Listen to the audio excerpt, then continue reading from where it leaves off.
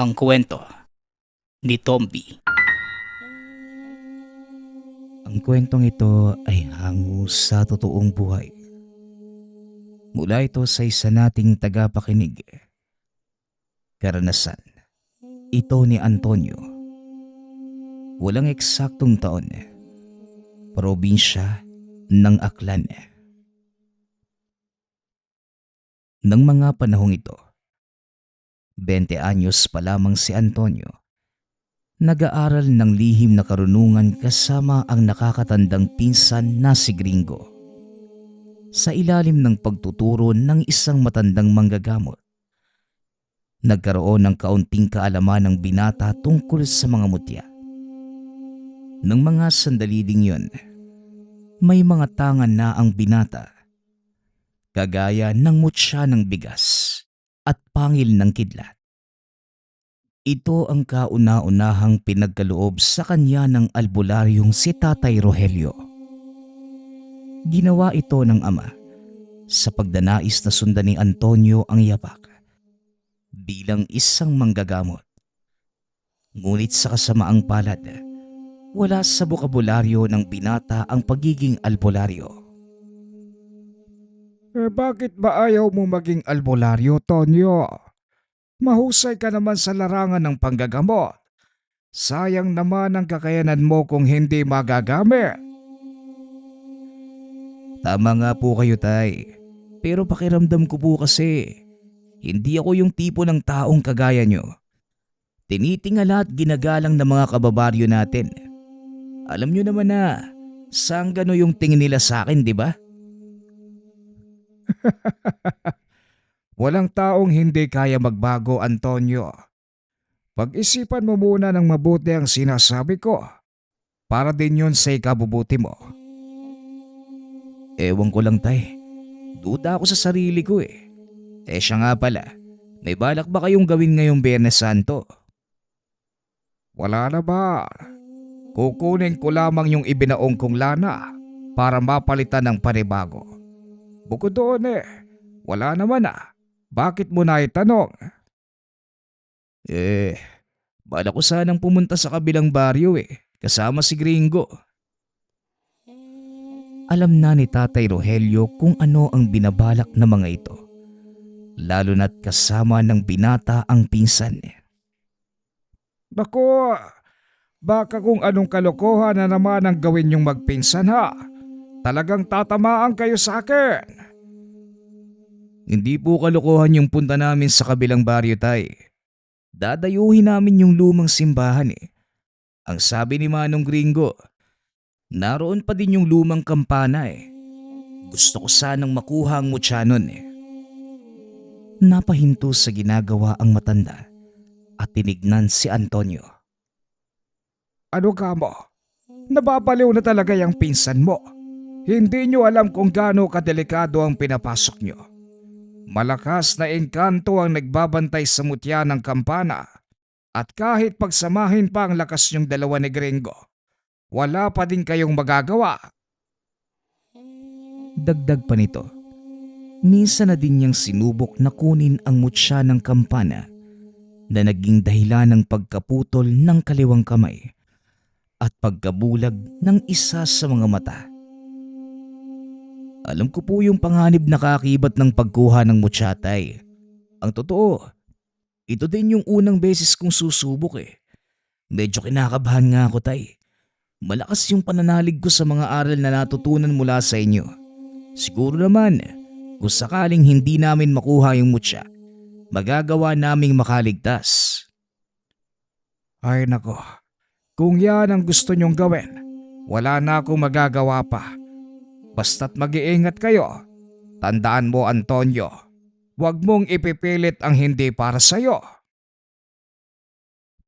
Pagsapit ng Huwebes Santo ng gabi, pumunta na sina Gringo at Antonio sa kabilang baryo bilang paghahanda sa pagkuha ng mutya.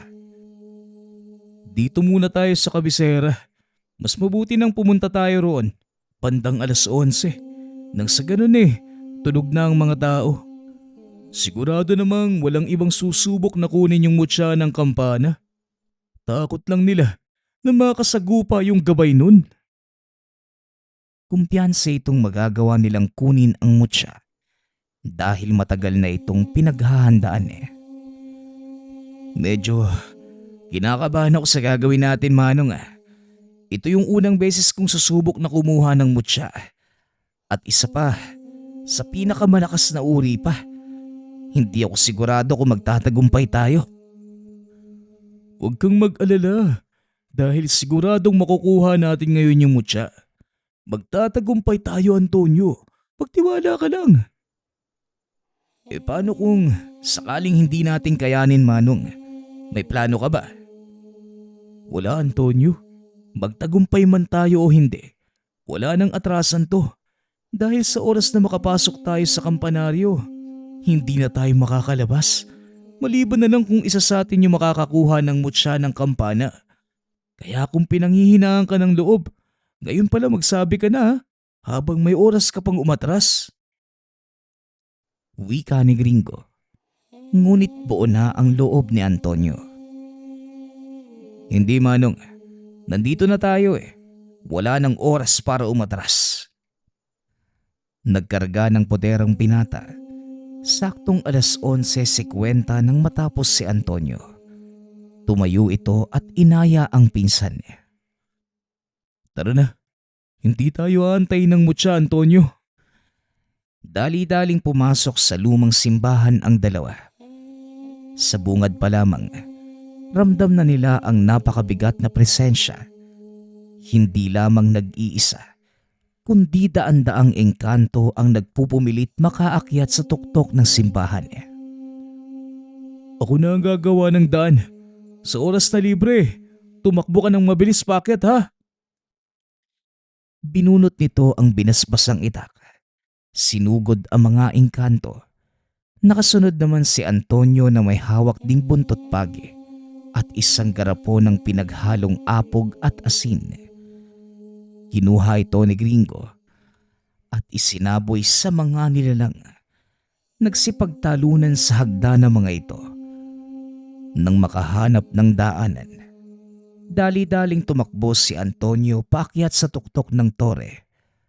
Pagkarating sa itaas, tumambad sa binata ang malaking kampana. Nakatayo sa tabi nito ang isang nilalang na may 10 talampakan ang itaas. Isa na namang tao ang nangahas na sumubok kunin ang mutya. Ang tanong, magtatagumpay ka kaya? Subukan mo akong pigilan nang malaman mo. At bakit naman kita pipigilan? Hindi ba't kagustuhan mong kunin ang mutya? Malaya kang gawin na naman ang gusto mo. Sigurado ka ba? Baka naman pagsubok lang to ha. Mamaya pag lumapit ako sa kampana, bigla mo na lang akong hatawin yung maso mo. Kagaya ng sinabi ko, malaya kang kunin ang mutya. Hindi ako pipigil.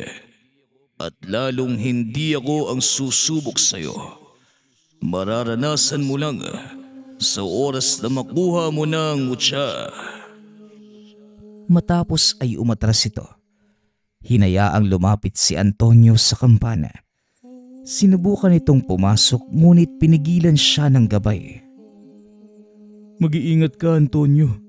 Dahil wala na ako magagawa para tulungan ka. Hindi ako makakapasok. Isang tao lang ang pinapayagan ng mutya. Hindi na lumingon pa si Antonio. Binunot nito ang itak. Itinarak sa kampana. Nagpakawala ito ng napakalakas na tunog. Halos mabingi si Antonio ngunit hindi binitawan ang itak. Tuloy-tuloy ang malakas na kalembang. Ngunit ang pinagtatakha ni Gringo, hindi man lang nagigising ang mga tao sa paligid. Sumabay sa tunog ang malalakas na alulong ng mga aso. Teka, hindi ba nila nadidinig yung malakas na kalembang? Bakit hindi man lang nagigising yung mga tao? Yun ay dahil tayo lamang ang nandito sa loob ng dome ng mutya. Sandali lang. Ngayon lang ako nakadinig ng mutsyang may sariling dome ah. Tanging ang mutya ng kampana lamang ang may ganong katangian. Hindi mo ito makikita sa ibang mutya, kaya walang nakakapasa sa antas na ito. Pero uulitin ko, hindi pa ito ang aktwal na pagsubok ng mutya. Hindi na kumibo si Antonio dahil maging siya alam na ang tungkol sa bagay na yun. Patuloy na pinanlalabanan ni Antonio ang malakas na tunog mula sa kampana. Halos magdugo na ang tenga sa sobrang lakas ng ingay. Ngunit pilit niya itong tinitiis at hindi binibitawan ang hawak na itak. Hanggang sa naramdaman na unti-unti nang lumalambot ang kampana. Alam nitong yun na ang pagkakataon para makuha ang mutya. Natandaan nito ang sinabi ni Gringo na kung anuman ang matatapyas mula sa kampana, iyon na mismo ang mutya. Pinihit ng binata ang itak. Hiniwa ito pahalang para makakuha ng maliit na bahagi. Sinlambot ng taba ng baboy ang kampana ng mga sandaling yun. Mabilis na humiwalay ang kapirasong tipak nito. Saka pa lamang tumigil ang malakas na ingay mula sa kampana. Nawala na din ang mga engkantong nakaharang sa hagdan. Biglang nabalot ng nakakabinging katahimikan ang paligid. Dinampot ni Antonio ang piraso ng kampanang nahulog at ibinalot sa pulang tela. Ano nangyari? Bakit biglang nawala yung mga engkanto? Saka, nasa na yung malaking nilalang? Mukhang nagtagumpay tayo, Manong. Nakuha ko na ang mutya. Siguro oras na para umalis. Wala namang naramdamang kakaiba ang binata hanggang sa makarating sila sa tahanan. Umaga na nang makauwi ang mga ito. Nag-aabang sa atanga ng bahay si Tatay Rogelio. Oh, ano nang nangyari sa inyo? Mukhang wala namang kayong ginawa. Nagsayang lang kayo ng oras at pagod sa pagpunta roon. Hindi po, Tay. Nakuha po namin yung mutya ng kampana. Pero ang ipinagtataka ko lang, hindi nangyari yung inaasahan ko. Ano bang ibig mong sabihin? Bakit? Ano bang inaasahan mong maganap? Sa pagkakataong yun, si Gringo na ang sumagot. Kasi tiyo, walang kahirap-hirap na nakuha ni Antonio yung mutya. Yun yung inaalala niya eh. Dapat lang na mag-alala ang pinsan mo. Dahil ang pagsubok ng mutya ng kampana ay hindi mangyayari sa mismong araw na kinuha mo ito. Mag-antay ka. Darating ang pagsubok na yon. Wala nga lang makapagsasabi kung kailan o paano. Makalipas ang ilang araw, wala namang nangyaring kakaiba. Nagpatuloy lang sa araw-araw na pamumuhay si Antonio. Wala ding pagbabago sa katawan ng binata. Kaya naisip nito na baka walang epekto ang nakuhang mutya. Hanggang sa naimbitahan ito na dumalo sa isang handaan. Dahil wala namang gagawin, sumama ito sa pinsang si Bornok. Hindi kilala ni Antonio ang mga tao roon. Kaya tahimik itong nakaupo sa sulok. Hindi ito nakikipag-usap sa ibang tao, maliban kay Bornok. Nanatiling gano'n ang binata hanggang sa matapos ang programa at nang nag-inuman na, saka naman nakursunadahan si Antonio na mga nag-iinuman. Tahimik itong umiinom kasama si Bornok nang lapitan sila ng isang lalaki. Mukhang nagsosolo yata kayong dalawa rito ah. Anong meron? Bakit ayaw niyong makisama sa amin? Pasensya na, pero hindi ko kasi kilala yung mga tao nandito eh. Kaya nahihiya kaming makisali. Naimbitahan lang din kasi ako eh. O baka naman, nagdadahilan ka lang kasi wala kang tiwala sa mga taga rito. Huwag kang mag-alala. Hindi ka namin lalasunin. Tara sa mesa namin nang makakilala ka naman ng bagong kaibigan. Nagkatinginan sina Bornok at Antonio. Bilang pakikisama, pumayag ang mga itong makiupo sa kabilang mesa. Nagpakilala ang lalaki sa pangalang Limuel.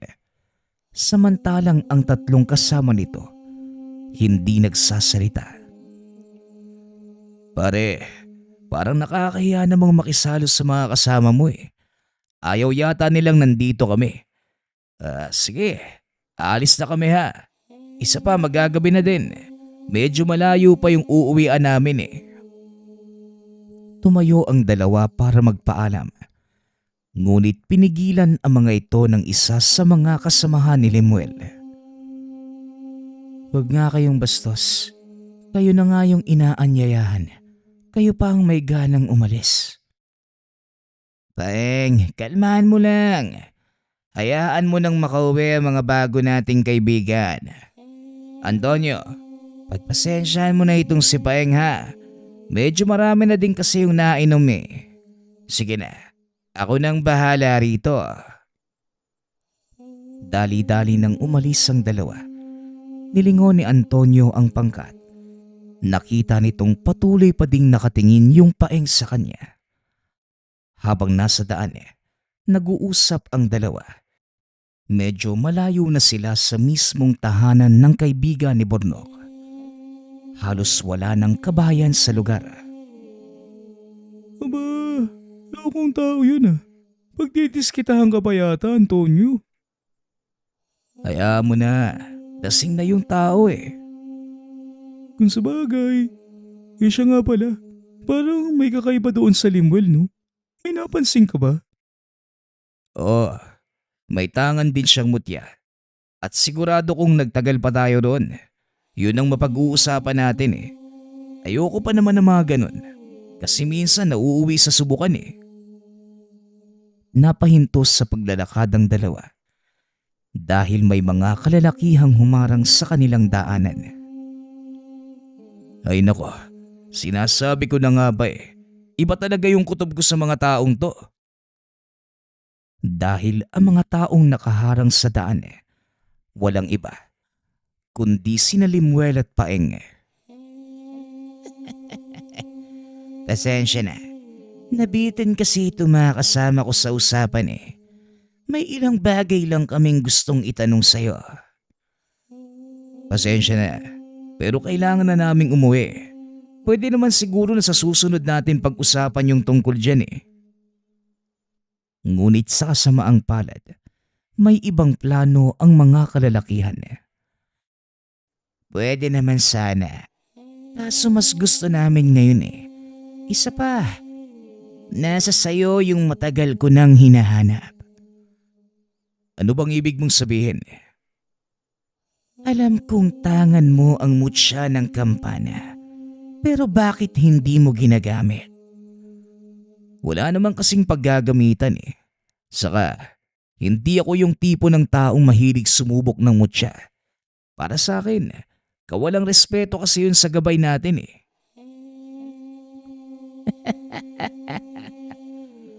Alam mo, yan ang pinaka nakakatawa kong nadinig mula sa isang antingero.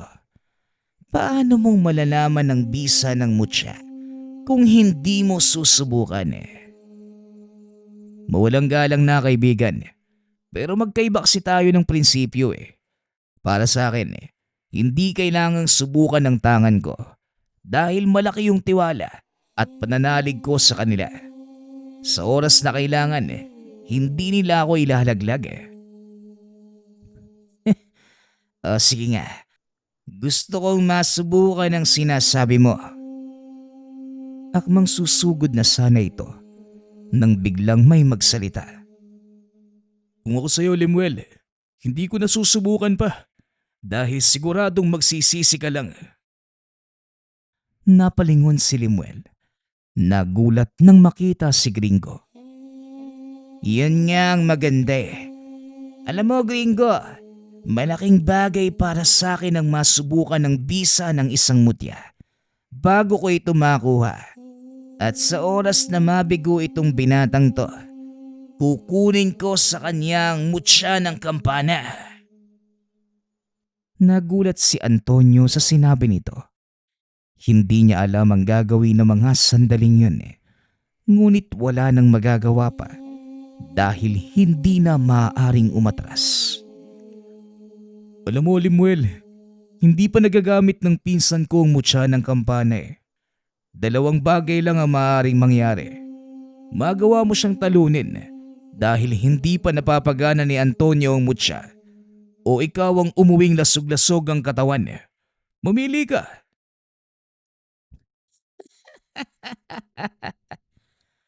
Yun din ang gusto kong patunayan Ikaw, gringo, ano sa tingin mo ang mangyayari? Hindi ko masasagot yung tanong na yan. Bakit hindi ikaw mismo yung magpatunay? Ibinaling ni Limuel ang atensyon sa binata. Kalmado pa dito na tila wala lang sa kanya ang kasalukuyang sitwasyon Hanga din naman ako sa tapang mo, bata. Palibhasa hindi mo ko kilala. Kaya nagagawa mo maging kalmado sa ganitong sitwasyon. Siguro kung alam mo lang ang magagawa ko, malamang nagmamakaawa ka na para sa buhay mo. Napangiti si Antonio sa sinabi nito. Pasensya na, pero hindi kasi ako yung tipo ng tao na dadala sa pananakot na salita Kalmado ako, kasi parang alam ko na kung sino yung mapapahamak. At sigurado kung hindi ako yun. Anong sinabi mo? Ang haba nun, ayoko nang ulitin. Bakit hindi ka nalang sumugot para mapatunayan mo yung sinasabi ko? Aba, talaga naman. Pwes maghanda ka dahil hindi ko palalampasin ang kayabangan mo. Biglang sumugod si Limuel. Inundaya ng suntok ang binata. Nagulat naman si Antonio lalo na nang tamaan ng kalaban ang puno sa likuran. Halos madurog ang katawan nito dahil sa lakas ng pag-atake. Bagaman nagawang ilaga ni Antonio ang atake, alam nito na malaking pinsala ang matatamo kung sakaling sa katawan niya ito tumama. Nagtaas ng depensa ang binata. Muling hinarap si Limuel. Ngunit napakabilis nitong kumilos na halos hindi masabayan ang mga pag-atake. Anong problema, bata? Bakit puro ilag lang ang ginagawa mo? Nasaan ang pinagmamayabang ni Gringo? Hindi naman nagsalita ang binata. Sa halip, tumakbo ito papunta sa gawing likod ng kalaban. Saktong paglingon, biglang dumapo ang malakas na suntok sa panga. Tumilapon ng malayo si Limuel na wala ng malay. Pagbagsak nito sa lupa ay inalalayan siya ng mga kasamahan para tumayo. Tama na, Limuel. Mapapahama ka lang sa ginagawa mo. Nagising si Limuel. Sinampal-sampal ang sarili para makabalik sa wisyo. Pwede ba, Paeng? Huwag kang ang makialam. Nakachamba lang ang isang yan. Sa susunod hindi na niya ako magagawang patamaan. Tumayo ito at huminga ng malalim. Matapos muling sumugod papunta kay Antonio na siyang pinakamalaki nitong pagkakamali. Nakatayo lamang si Antonio. Ngunit nang susuntukin na ito ni Limuel, naglaho na parang usok ang binata. Nagpalingalinga sa paligid si Limuel. Biglang nagpakita ang binata sa kanyang harapan. Nanlaki ang mga mata nito dahil nakaamba na ang kamao ni Antonio sa kanyang muka. Isang malakas na suntok muli ang tumama sa kalaban. Tumilapon ito palayo. Hindi makapaniwala si Gringo sa mga nakikita. Alam niya ang kakayanan ni Antonio sa pakikipaglaban ng mano-mano. Ngunit sa pagkakataong yun, kakaibang lakas ang ipinapamalas nito. Nako, naloko na. Ito na nga bang sinasabi ko eh. Paeng, ilayo mo dito si Lemuel. Hindi titigil si Antonio hanggat hindi niya napapatay ang taong yan. Dali-dali namang inilalayan ni Paeng si Lemuel at naglakad palayo sa lugar. Ngunit sa kasamaang palad, nagawa itong abutan ni Antonio. Isang malakas na sipa ang binigay nito, dahilan para tumilapon ang dalawa. Hinila ng binata ang kwelyo ng damit ni Lemuel. Walang tigil itong pinagsusuntok sa muka. Teka, ano bang nangyayari kay Antonio, Manong? Bakit nagwawala siya? Tanong ni Burnok. Kilala nitong mahinahon si Antonio. Ngunit sa pagkakataong yun, ibang-iba ang pagkataong pinapakita ng binata. Ito na nga bang sinasabi ng engkantong nagbabantay sa mutya ng kampana?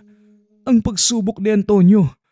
Dito malalaman kung talagang makakayanan niyang pigilan ang sarili at kung karapat dapat siya sa mutya. Tuloy lamang sa pag-atake ang binata hanggang sa maramdaman nito na hindi na gumagalaw si Lemuel. Antonio, tama na yan. Baka mapatay mo si Lemuel. Binitawan naman ni Antonio ang kalaban. Ibinaling ang atensyon sa malaking batong nasa gilid ng daan. Pinagsusuntok ito ng binata hanggang sa mapudpod. Nang humupa ang alikabok na dulot ni Antonio, nakita nila ang binatang nakatayo habang hinahabol ang hininga. Unti-unti nitong napakalma ang sarili. Sinubukang lumapit ni Gringo, ngunit pinigilan ito ni Antonio. Diyan ka lang, Manong. Hindi pa lubusang humuhupa yung nararamdaman kong init sa katawan ko eh. Hindi ko din alam yung nangyayari. Pero sa palagay ko, ang may kagagawan, mismong mutya ng kampana. Alam ko, Antonio, kaya subukan mo huminahon. Huminga ka at pakalmahin mo ang sarili mo. Mabilis namang tumakbo ang kasama ni Lemuel palayo. Sa takot na sila naman ang pagbalinga ng binata. Maya-maya pa, huminahon na si Antonio at naglakad ito papunta kay Gringo. Manong, hindi ko alam kung ano yung nangyari. Parang may biglang sumapi sa akin eh. Tapos hindi ko na mapigilan yung mga kamay ko. Nakikita ko naman yung ginagawa ko pero maniwala ka, Manong, hindi ako yon. Alam ko, Antonio, may hinala akong dahil ito sa mutya ng kampana eh. Ito na marahil yung sinasabing pagsubok ng engkantong bantay. Kung ito man ang pagsubok, pues sisiguraduhin ko na malalampasan ko ito. Sandali lang, magpapahinga lang ako ng konti, Manong. Parang nanibago yung katawan ko eh. Matapos ay naupo ito sa gilid ng daan. Sinandalang sarili sa puno. Ilang minuto lamang ay tuluyang nakaidlip. Binuhat na lang ito ni Gringo pauwi sa kanilang tahanan. Oh, ano nangyari dyan sa pinsan mo? Nasobrahan ba sa pag-inom? Nakasalubong ko lang sila ni Burnok sa daan. At ayun, tulog na yung isang yun sa kwarto niya. Naparami yata yung inom nila, Tiyo eh. Pinili nitong wag sabihin kay Tatay Rogelio ang totoo. Dahil siguradong pati siya masesermonan. Kinabukasan, nagising si Antonio na masakit ang buong katawan. Lumabas ito ng silid at nakasalubong ang ama. Magandang umaga po, Tay. Pasensya na, ginabi kami ng uwi. Napasarap yung kwentuhan eh, kaya medyo humaba yung inuman eh. Alam ko, tulog na tulog ka nga ng inihatid ni Gringo kagabi. Uminom ka ng mainit na kape para mawala yung pananakit ng ulo mo. Marami akong gagawin ngayong araw, kaya may iwan kang mag-isa rito sa bahay ha. Matapos yun, pumasok na ito ng silid upang mag-ayos. Nakaupo naman si Antonio sa atanga ng tahanan habang pilit na iniisip ang nangyari kagabi. Maya-maya pa, bumangon na rin si Burnok. Dumiretso ito sa kusina upang magmumog at magtimpla ng kape. Matapos ay naupo ito sa tabi ni Antonio. Alam ng binata ang ugali ng pinsan, kaya pinangunahan na niya ito. Huwag kang magkakamaling magsalita ng tungkol sa nangyari kagabi ha. Nandiyan pa si tatay. Mamaya baka marinig tayo. Mapagalitan pa. Tumango lamang si Burnok. Humigop sa hawak nitong tasa. Maya-maya ay lumabas ng tahanan si Tatay Rogelio. Nagpaalam na sa dalawang aalis. Kayo na muna ang bahala rito ha. Baka kabalik din naman siguro ko mamayang hapon. Pero pag ginabi ako, Antonio, alam mo na ang dapat gawin. Tumango lamang si Antonio bilang tugon. Pagkaalis na matanda, kagad nagsimulang magkwento si Burnok. Ang gara ng ginawa mo kagabi kay Limuel. Paniguradong lamog yung pagmumukha nun, Antonio. Nababagay lang sa kanya yun. Pero ang ipinagtataka ko, bakit parang may ibang tao nagmamanipula ng kilos ko kagabi? Ramdam ko yung mga tama ng suntok ko kay Limuel Pero parang hindi ako yung gumawa nun. Sabi nga ni Manong Gringo, sinusubo ka daw ng mutsyang nakuha mo. May bago ka bang mutya, Antonio? Eto.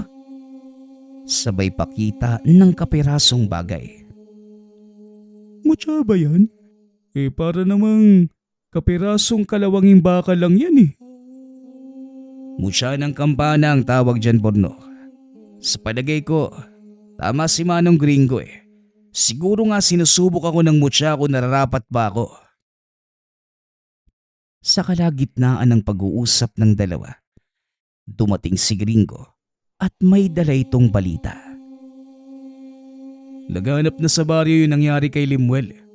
Masyadong matabil yung dila nitong si Paing Ipinagsabi sa mga tao na ginulpin mo nang walang kalaban-laban si Limuel.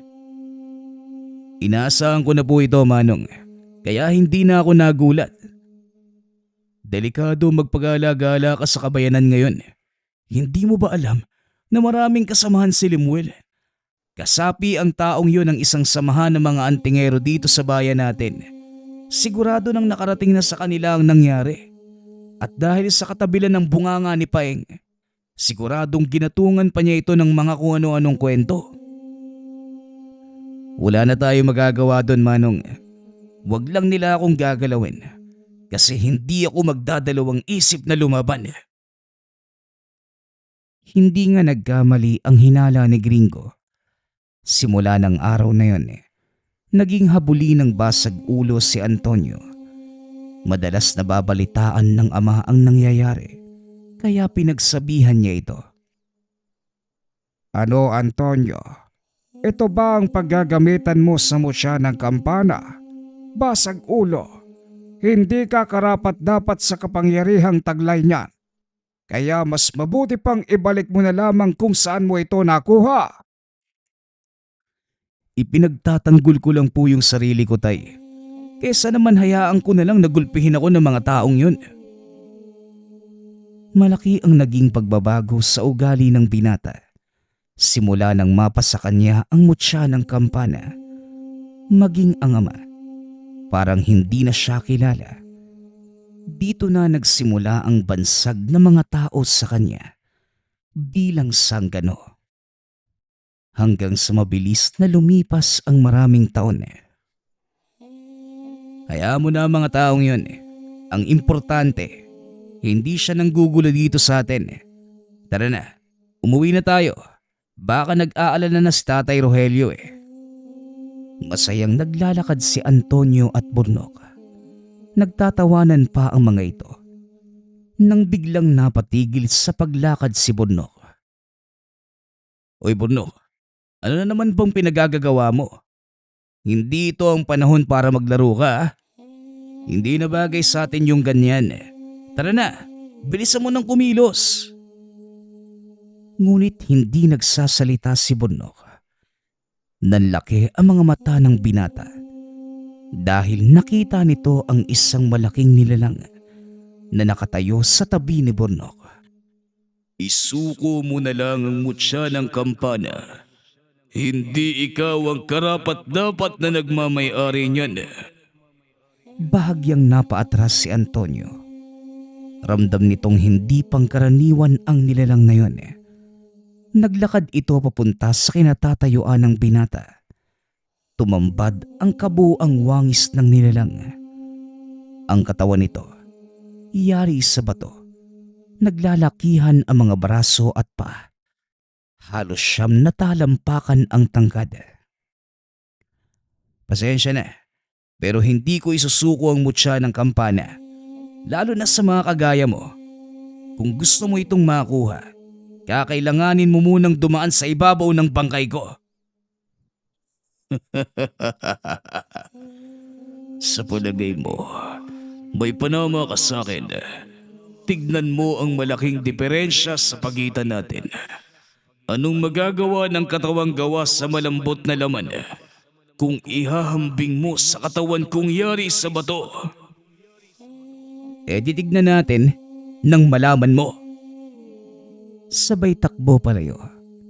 Sinunda naman ito ng engkanto hanggang sa marating nila ang kagubatan. Dito mo ba gustong mamatay? Kung sa bagay, maganda ang lugar na ito. Walang makakakita sa kahihiyang sasabitin mo. Hindi yan ang iniisip ko. Kung bakit kita dinala dito, no? Umiiwas lang ako sa maraming tao. Alam mo, naramdaman na kita kanina nung naroon kami sa kainan. Ni hindi ko nga akalaing susunod ka talaga sa amin. Oo, dahil gusto kong makuha ang mutsyang hawak mo. At gagawin ko yon kahit ano pa ang mangyari. At isang bagay pa nga pala yung iniiwasan kong mangyari. Kaya kita dinala sa lugar na ito. Dahil ayokong mabulahaw ang mga tao sa gagawin ko sa'yo. Pinag-umpog ng binata ang dalawa nitong kamao. Lumika ito ng malakas na tunog. Dahilan para mapaatras ang nilalang. 3 beses niya itong inulit. Sabay sugod sa engkanto. Bawat suntok ng binata ay natitipak ang katawan ng nilalang.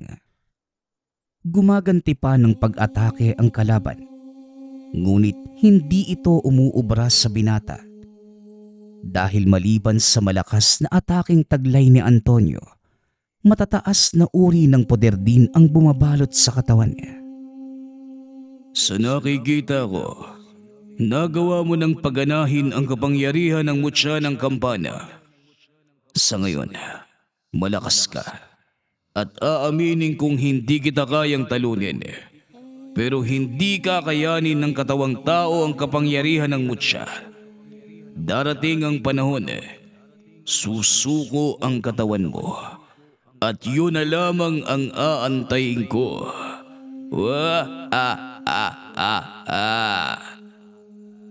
Wala ka palang sinabi. Matapos binalikan nito si Burnok, na nooy walang malay na nakahandusay sa tabi ng daan. Nok gising. Hindi kita kayang buhatin, no? Bumangon ka na dyan. Kailangan na nating umuwi. Nagising si Burnok at dali-daling tumayo. Nagpalinga-linga ito sa paligid na tila may kung anong hinahanap. Huh? Nasaan? Nasaan na yun nilalang? Ano nangyari sa kanya? Wala na. Natakot yata sa akin Biglang nawala. Tara na. Umalis na tayo rito. Dali-daling umalis ang mga ito sa lugar. Kinabukasan, hinanap ng binata si Gringo para sabihin ang mga nangyari. Kagaya ng mga sinabi ko sa'yo noon, hindi lang tao ang naghahangad ng kapangyarihan ng mutsyang hawak mo. Hinahabol din ito ng mga engkanto dahil sa taglay nitong kakayanan.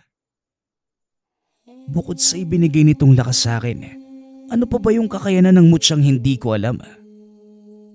Ang mutya ng kampana, may kakayanang bumuhay ng mga engkanto. Nagiging immortal ang sino mang elementong magtatanga nito. Bagay na pinagtakhan naman ni Antonio. Hindi ba? Hindi naman namamatay ang mga engkanto. Paano silang magiging immortal? Alam mo Manong, ang gulo mo magpaliwanag Mali ang paniniwala mo tungkol sa mga engkanto, Antonio. Namamatay sila. Nagagawa silang patayin ng mga espesyal na sandata. Ngunit sa oras na mapasa kamay nila ang mutya, wala nang sandatang makakapatay sa kanila.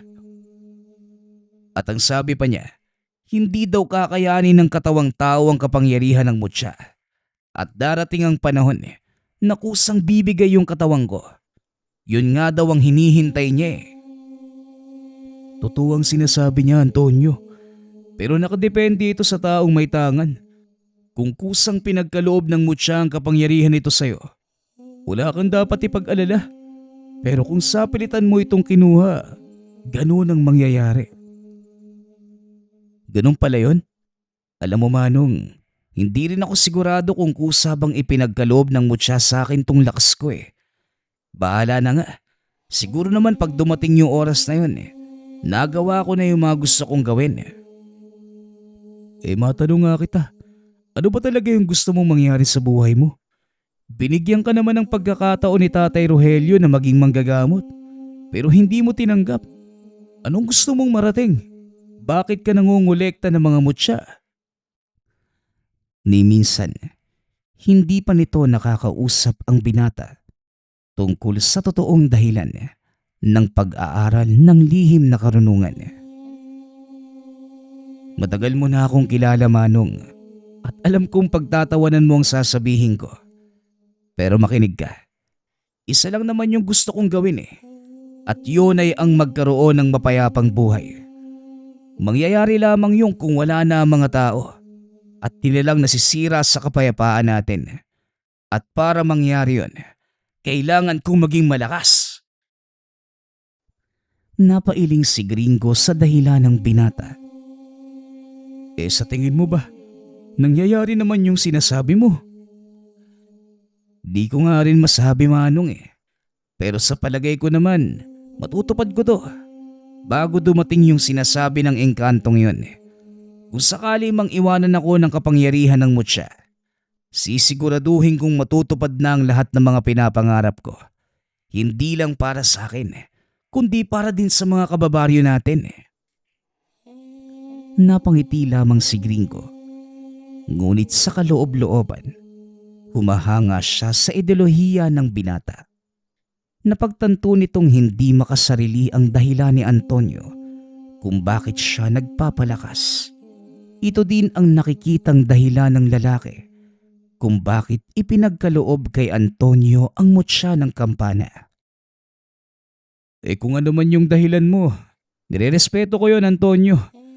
Pero isang bagay lang ang wag na wag mong kakalimutan. Ayon ang pagtitiwala sa Diyos. Dahil wala kang magagawa kung hindi dahil sa Kanya. Alam ko naman po yun Manong. Pero salamat po sa pagpapaalala. O sige, mauna na po ako. Kailangan ko pang puntahan si Tatay Rogelio Kasalukuyang nanggagamot ang matanda sa kabilang bayan. Ngunit paggabi na hindi pa din ito umuwi. Sasamahan na kita. Tutal, wala naman na akong ginagawa Sige Manong, ikaw ang bahala. Wala din kasi si Burnok Natakot sigurong lumabas ng bahay dahil sa nangyari. Lumakad ang dalawa papunta sa kinaroroonan ni Tatay Rogelio. Isang pasyenteng sinasaniba ng engkanto ang pinuntahan. Saglit lamang ito para kay Tatay Rogelio at nakakauwi na ito ng maaga. Ngunit ngayon ginabi ang matanda kaya naman nag-aalala si Antonio. Alam mo Antonio, nahahalata akong nag-aalala ka kay Tatay Rogelio. Nakakalimutan mo na yata kung gaano kalakas yung matandang yun ah. Pasensya na Manong, pero nakakapanibago lang eh. Dati kahit gaano kahirap yung ginagawa niyang gamutan, nagagawa pa ding umuwi ng maaga ni Tatay Rogelio. Pero ngayon, parang may masama akong kutob eh. Alam mo Antonio, walang may dudulot na kabutihan yung pag-aalala mo. Kaya itigil mo na yan at bilisan mo na yung paglalakad. Maya-maya pa, narating na nila ang bayan kung saan nanggagamot ang ama. Nagtanong-tanong ang mga ito tungkol sa pasyente. Mabuti na lamang at kilala ito sa lugar. Kaya mabilis na narating ng dalawa ang kinaroroonan ng matanda. Pagkarating sa mismong bakuran, nakita nitong nagkakagulo ang mga tao. Ang ilan ay pilit na nakikisiksik upang makita ang nangyayari sa loob ng tahanan. Nakisingit ang dalawa hanggang sa makapasok sila sa mismong pinto ng bahay. Nakita ni Antonio, nakaupo lamang sa sulok ang matanda habang nakaharap sa isang lalaki. Sa hinala ni Antonio, ito ang pasyente ni Tatay Rogelio. Nakiusap ang mga ito sa may bahay na pumasok. Nagpakilala ang dalawa bilang kasama ng matanda. Nagulat si Antonio nang sabihin ng may bahay na sila ang hinihintay ni Tatay Rogelio. Mabuti naman at nandito na kayo, Antonio. Alam kong wala kang hilig sa panggagamot, pero may isang bagay lamang akong ipapakiusap. Maaari mo ba akong tulungan dito? Anong klaseng tulong po ba ang kailangan niyo, Tay? Ang nilalang na gumagambala sa taong ito, isang uri ng malakas na engkanto. Hindi ko siya kayang talunin. Kailangan ko ang lakas ng mutya ng kampana para pigilan ang nilalang. Paano ko namang gagawin yun, Tay? Hindi nga ako marunong manggamot eh. Maupo ka sa tabi ng pasyente. Hawakan mo ang kamay niya. Sa pamamaraang yon, matutuntun mo ang kinaroroonan ng engkantong gumagambala sa kanya. Sinunod naman ito ni Antonio dahil nakita niyang hirap na ang matanda. Pagkahawak nito sa kamay ng pasyente, tila may mahinang kuryenteng dumaloy mula sa katawan papunta sa kanya. Nakikita ng binata ang labas ng tahanan hanggang sa madako ito sa malaking puno na nasa gawing likod ng bahay. Nakita ng binata ang isang malaking nilalang na nakaupo sa sanga ng kahoy. Tay, nakita ko na po kung saan nakatira yung nilalang. Dali-dali itong tumayo. Tumakbo palabas ng tahanan. Nagsipaghawi naman ang mga tao nang makita ang binata. Pagkarating nito sa likod bahay, tumambad sa kanya ang hindi lamang isa, kundi napakadaming nilalang at yung malaking itim na figurang nakaupo sa sanga ng puno. Wala kong anumang atraso sa iyo, binata. Bakit ka nandito? Anong kailangan mo? Ako din naman wala akong atraso sa'yo o anuman laban sa'yo. Pero may nakiusap kasi sa akin kaya ako nandito. At sino naman ang nakiusap sa iyo? Isang matandang manggagamot. Nagkataon na may pasyente siyang ginagambala ng mga engkanto Pinapahanap kanya sa akin at ikaw ang nakita ko. Ngayon, naparito ako para sana makipag-usap ng maayos. Maaari ko bang hilingin na palayain mo na yung kaluluwa ng tao?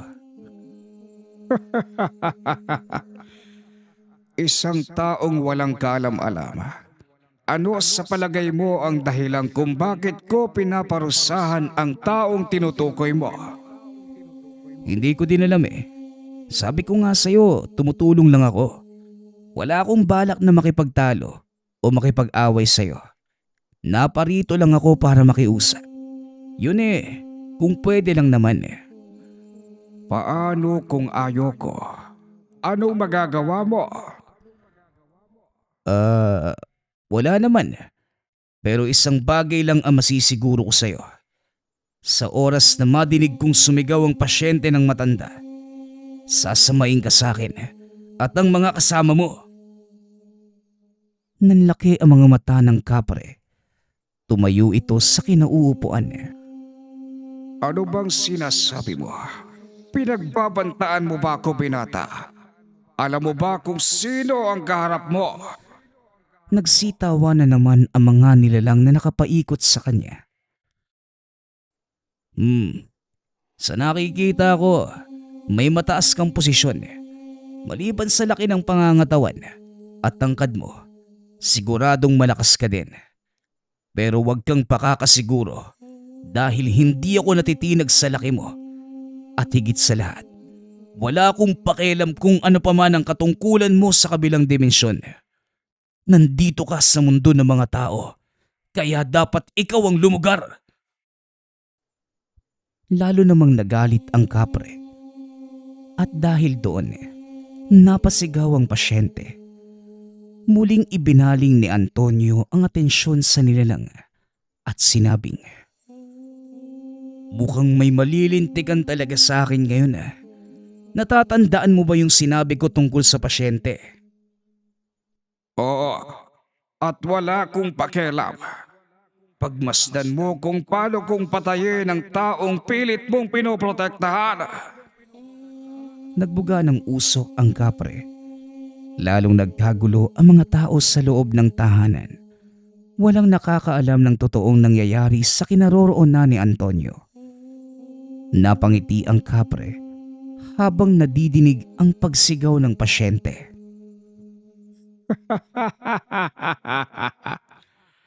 Napakasarap sa tenga ng sigaw ng mga kaluluwang pinahihirapan.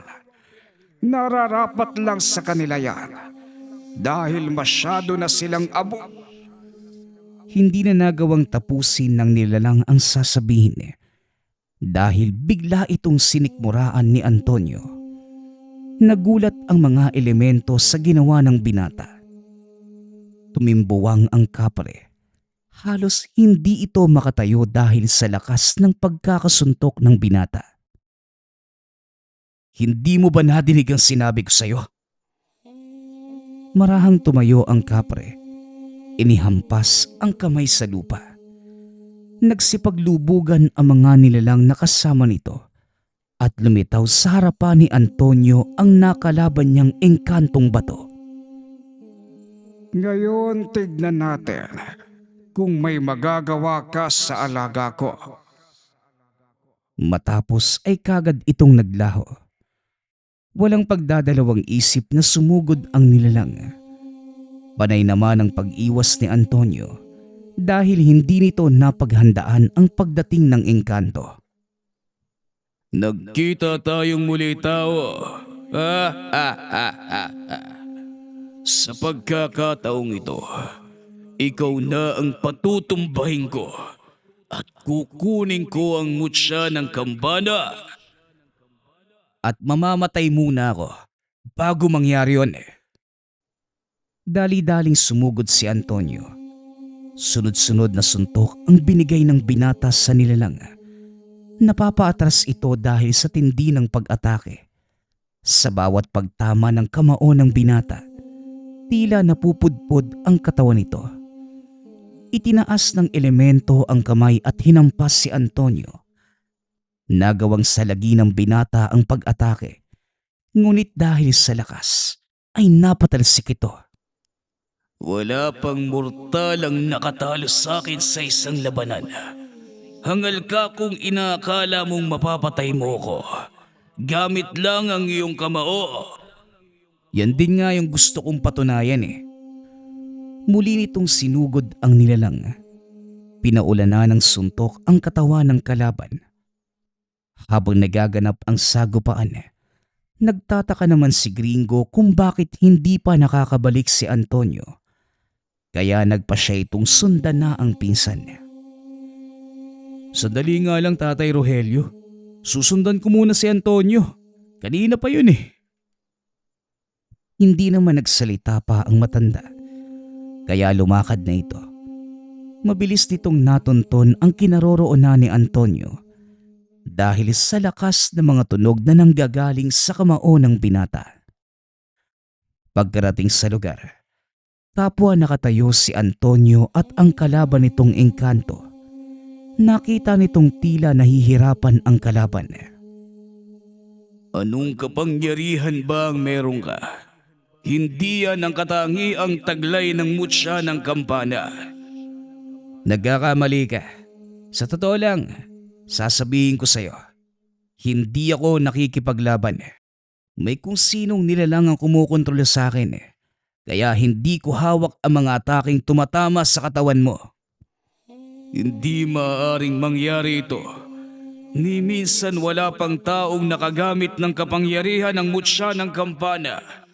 Isang panlilin lang ang ginagawa mo. Hindi panlilin lang, kaibigan. Ito ang totoong kapangyarihan ng mutya. At mangyayari lamang ito sa oras na magpasakop ka sa mutya at hayaan mo siyang kontrolin ang pagkatao mo. At yun ang ginagawa ko. Isang kasunduan. Hahayaan kong manahan sa katawan ko ang mutya. At bilang kapalit, pangangalagaan niya ako at bibigyan ng walang kapares na lakas.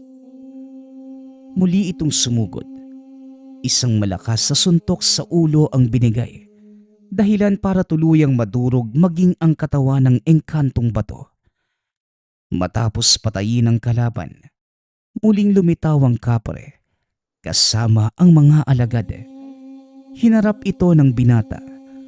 Akmang susugod na nang biglang lumuhod ang malaking nilalang, maging ang mga kasama nito. Dumapa sa lupa bilang pagbibigay pugay. Napatunayan mong karapat dapat ka sa respeto naming mga engkanto. Hindi na kami lalaban. Susundin ko ang lahat ng sasabihin mo. Ay nako, madali ka naman palang kausap eh. Sige, tanggalin mo na yung sakit sa taong yun.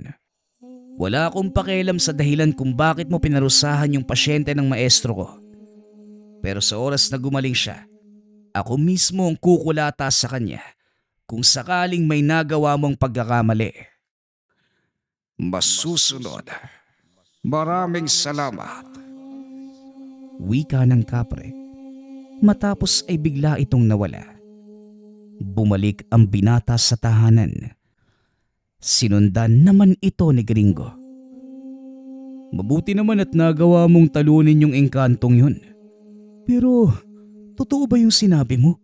Nakipagkasundo ka sa mutya?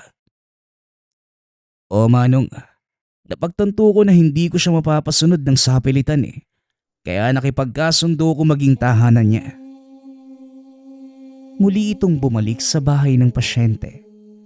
Nang makitang maayos na ang kalagayan nito, hindi nag-atubili ang binatang itanong kung ano ang totoong nangyari.